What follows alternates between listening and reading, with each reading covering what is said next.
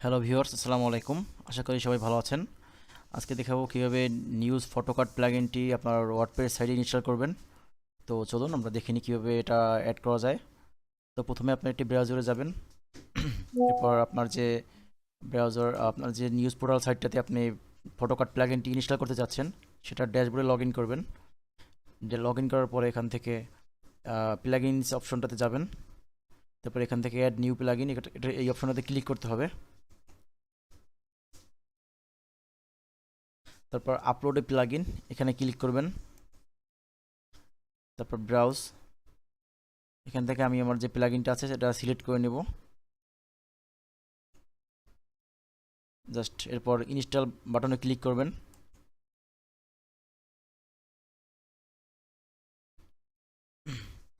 Install হওয়ার পরে এখানে অ্যাক্টিভেট প্লাগইন এই অপশনটাতে ক্লিক করতে হবে।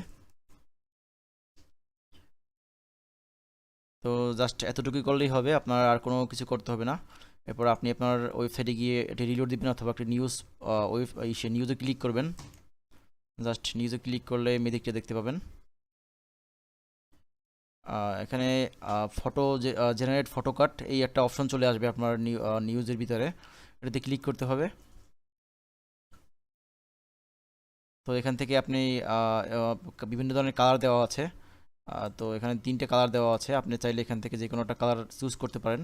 এরপর এখান থেকে হেডিংটাও আপনি চাইলে অ্যাড করতে পারেন অথবা বাদ দিতে পারেন, এবং ফন্ট সাইজটা চাইলে এখান থেকে বাড়াতে পারেন। এবং এখান থেকে হেডিংয়ের যে কালারটা আছে এটাও এই অপশনটাতে ক্লিক করলে আপনি চেঞ্জ করতে পারবেন। তো আমি চেঞ্জ করে দেখাচ্ছি, আমি হোয়াইট দিচ্ছি এখান থেকে এবং লাল ব্যাকগ্রাউন্ডে দিচ্ছি। তো এখান থেকে জেনারেট অ্যান্ড ডাউনলোডে ক্লিক করলে আপনার এটা প্লাগইনটা আপনার ফটো কার্ডটা ডাউনলোড হয়ে যাবে। তো আরেকটি বিষয় হচ্ছে আপনার এখানে যে লোগোটা আছে, লোগোটা অ্যাড করতে হবে। সেটা কীভাবে অ্যাড করবেন সেটা হচ্ছে প্লাগইনসটা ইনস্টল হওয়ার পরে আপনার যে ফটো কার্ড প্রো এই অপশনটাতে ক্লিক করতে হবে। এরপর এখানে ফটো কার্ড জেনারেটর এখানে ক্লিক করবেন। এরপর এখান থেকে লোগো ইউআরএল, এখান থেকে মিডিয়া থেকে নির্বাচন, এখানে ক্লিক করবেন।